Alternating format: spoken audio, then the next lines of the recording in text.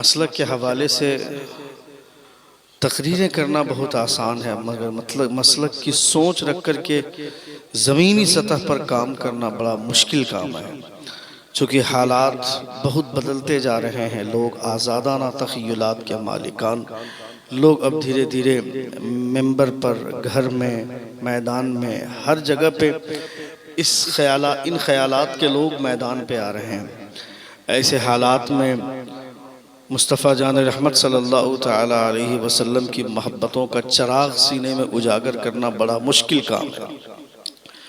آدمی 1 گھنٹہ 2 گھنٹہ 4 گھنٹہ کھڑے کھڑے کسی قوالی میں ایک لڑکی کی کسی اسٹیج پہ کسی لڑکی کا مجرا سن سکتا ہے، وہ مقابلہ قوالی جس میں ننگا پن ہوتا ہے، بے حیائی ہوتی ہے، ادھر سے لڑکا لڑکی کو چھیڑتا ہے، لڑکی لڑکے کو چھیڑتی ہے، اس ٹائپ کی گفتگو لوگ سنتے ہیں، ترنم ریزی سنتے ہیں، اور 4 گھنٹہ لوگ کھڑے رہتے ہیں۔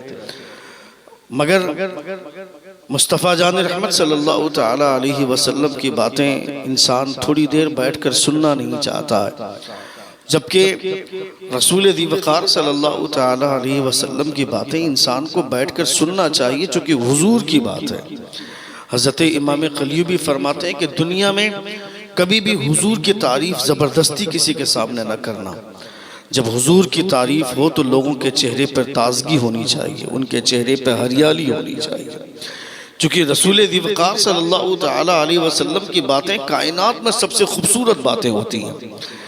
میں تمام لوگوں سے گزارش کروں گا جتنے لوگ اس محفل کے اس محفل میں شریک ہیں، جتنے بھی شرکاء ہیں، اللہ رب العزت تماموں کی شرکت و حاضری کو قبول فرمائے۔ میرے بھائی سلمان بھائی کیا کر رہے ہیں؟ ہیلو، پہلے اٹھا لینا چاہیے تھا صاحب، کیا بات کرتے ہیں آپ؟ مطلب ساری ضرورتیں تقریر کے ٹائم میں ہی پوری ہوتی ہیں اور اسی وقت خیال آتا ہے۔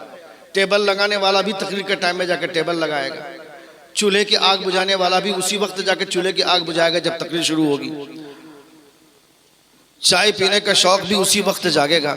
ایک تو آپ کا پروگرام مغرب کے بعد سے شروع ہے اور 9:09 ہو گئے، ابھی تک ایک تقریر نہیں ہوئی آپ کے جلسے میں، آپ کے پروگرام میں۔ آپ سوچئے کہ آپ ہیں کہاں؟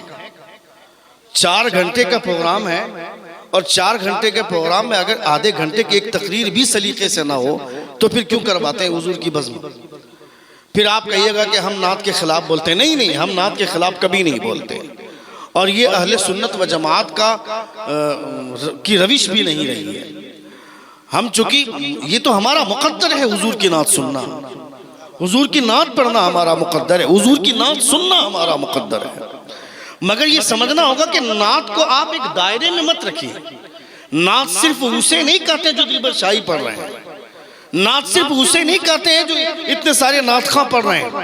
نعت وہی ہے جب ہم مصحف شریف کھول کر کے الحمدللہ رب العالمین کی تلاوت کرتے ہیں، وہ بھی نعت ہے، بے شک اور رحمان الرحیم پڑھتے ہیں، یہ بھی نعت ہے، مالک یوم الدین پڑھتے ہیں، یہ بھی نعت ہے۔ کسی نے کہا تھا علامہ مفتی احمد یار خان نعیمی علیہ الرحمہ سے کہ آپ کہتے ہیں کہ پورے قرآن میں حضور کی نعت ہے، حضور کی تعریف ہے، تو پھر تبت یدا ابی لہب و تب میں کہاں پہ نبی کی نعت ہے؟ آپ فرماتے ہیں اس میں تو زیادہ حضور کی نعت ہے۔ سبحان اللہ، تم نہیں سمجھو گے، یہ عشق والوں کو یہ بات سمجھ میں آتی ہے۔ کوئی کسی کو کہتا ہے مار دیں گے، اس کے جواب میں وہ کہتا ہے مار دیں گے۔ کوئی کہتا ہے تمہارا ہاتھ ٹوٹے، اس کے جواب میں وہ کہتا ہے تمہارا ہاتھ ٹوٹے۔ نبی کونین کو ابو لہب نے کہا تھا اس کے ہاتھ جل جائیں، برباد ہو جائیں، نبی نے جواب نہیں دیا، نبی کے بدلے میں خدا نے اینٹ کا جواب پتھر سے عطا فرمایا۔ نعرہ تکبیر، نعرہ رسالت، سبحان اللہ، سبحان اللہ۔ آپ نعت کا دائرہ محدود کیوں کرتے ہیں صاحب؟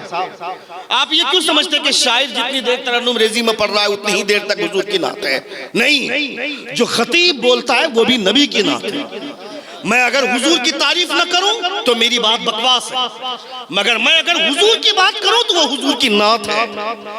نبی کی نعت کا مطلب نبی کا تذکرہ، نبی کی باتیں، نبی چلتے کیسے تھے، نبی اٹھتے کیسے تھے، نبی بولتے کیسے تھے۔ دنیا کے کسی بھی آدمی کی پوری زندگی کا ہر ایک گوشہ محفوظ نہیں ہے، دو کہانی، تین کہانی، چار کہانیاں، اس سے زیادہ کسی کی شخصیت کے حوالے سے کوئی بات نہیں ملتی ہے۔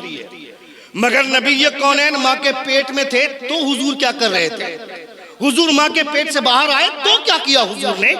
حضور بچپن میں تھے تب کیا کر رہے تھے؟ حضور جوانی میں آئے تب کیا کیا حضور نے؟ حضور کی جوانی کا وقت گزرا، اس وقت حضور نے کیا کیا؟ نبی کونین کی زندگی کا ہر ایک گوشہ محفوظ ہے ان صحابہ کی مہربانیوں کی وجہ سے۔ بے شک سبحان اللہ۔ آپ بیٹھیں گے نہیں، سنیں گے نہیں، اور آپ کہیے گا کہ ہم کو مزہ نہیں آیا۔ پروگرام میں صرف حضور کی نعت پڑھی جاتی رہی، اشعار میں، تقریر میں بھی حضور کی نعت ہوتی ہے۔ میں ان لوگوں کی بات نہیں کرتا ہوں جو اسٹیج پہ آ کے چھچھوراپن کا مظاہرہ کرتے ہیں، جو آ کر کے ہنسی مذاق کا کہا، آ کر کے 4 گھنٹہ 2 گھنٹے میں 4 گھنٹے کا پروگرام ہوتا ہے، اس میں 2 گھنٹہ آ کر کے پورا اسٹیج ٹھٹھا بازی کرتا ہے۔ میں ان کی بات نہیں کرتا ہوں۔ یہ ممبر رسول ہے، یہاں کھڑا ہونے والا آدمی ذمہ دار ہونا چاہیے، یہاں بیٹھنے والا آدمی ذمہ دار ہونا چاہیے۔